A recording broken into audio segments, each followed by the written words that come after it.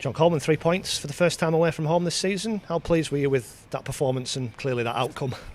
Delighted with the win, obviously. I think that's the best we've played for as long. So we've played well in games, but only for maybe 30, 40 minutes, 50 minutes. We had a set plan that we weren't going to sit in the second half. We didn't. We took the game to them in the second half. Should have scored under a couple. Didn't. And then, a nervy couple of minutes when they got the penalty. But, the lads have seen it out. Bit of a blow. Jay going off. Hopefully he'll be okay. But Pickles has come on and thrown his body in the line. Young Joe, baptism of fire, has come on and done well. And I can't fault anybody. There was some big performances there. And on another day we'd have got that third and it would have been a bit more comfortable. But, we're never ever going to complain about winning. First half, you seemed to have a real threat, particularly in wide areas and on the counter-attack. Did you feel like you got rewards for that? Well, you know what? I keep banging the drum about how good our coaching staff is. And, that game plan was a long time in the making.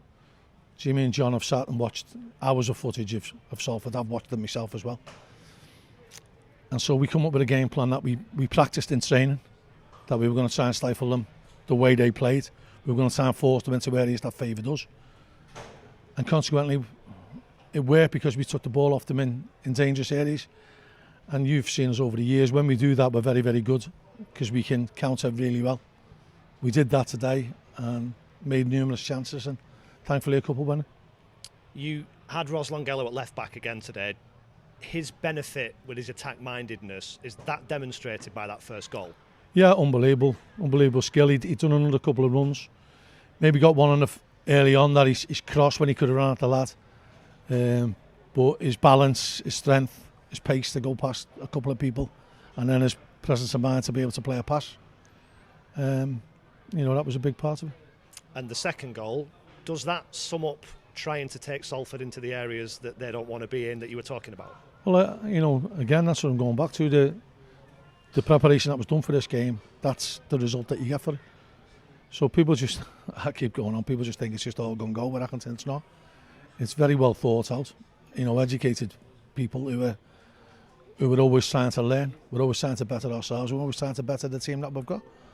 We can't jump into the transfer market and get recognised players. So we've got to try and improve the players that we've got, and we've got to try and get them playing the style that we want to play. And when we get it right, it is quite attractive to watch. Second half, both teams had chances. I think you could have had a couple more goals yourself. Salford, I'm sure, will feel aggrieved. They felt they should have had a couple of penalties and only had one. Does that show that you frustrated the home side, that they're getting big cheers and big atmosphere from that? Listen, I've been around football long enough to know that I'm a football fan as well.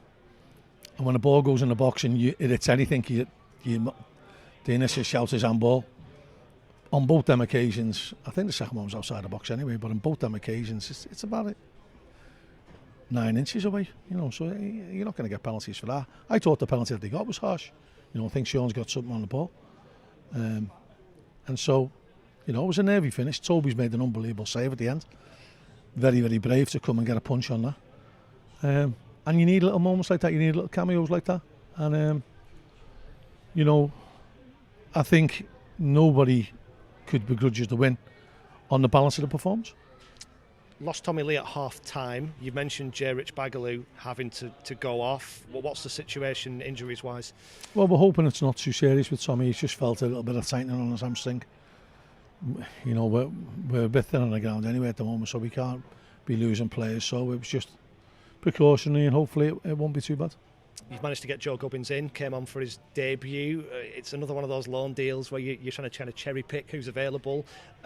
What makes him the right guy for this particular situation? Well, he ticks a lot of boxes. He can defend. He's a centre half. He's got a left foot.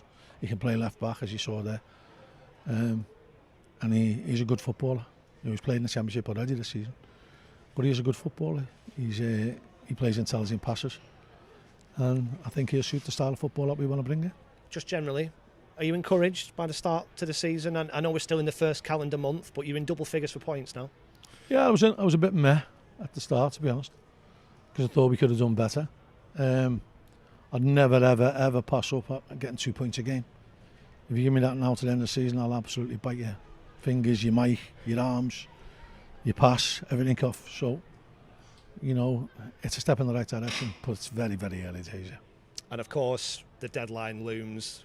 I know you're not a fan, but will that be the focus, at least for part of your time between now and the weekend? Every chance I'll be playing golf on deadline day. It is what it is. I've been doing it long enough to know that sometimes it can be hard trying to get players in, and sometimes it can be hard trying to keep hold of your own players. We've just got to do our best. That's all we ever do.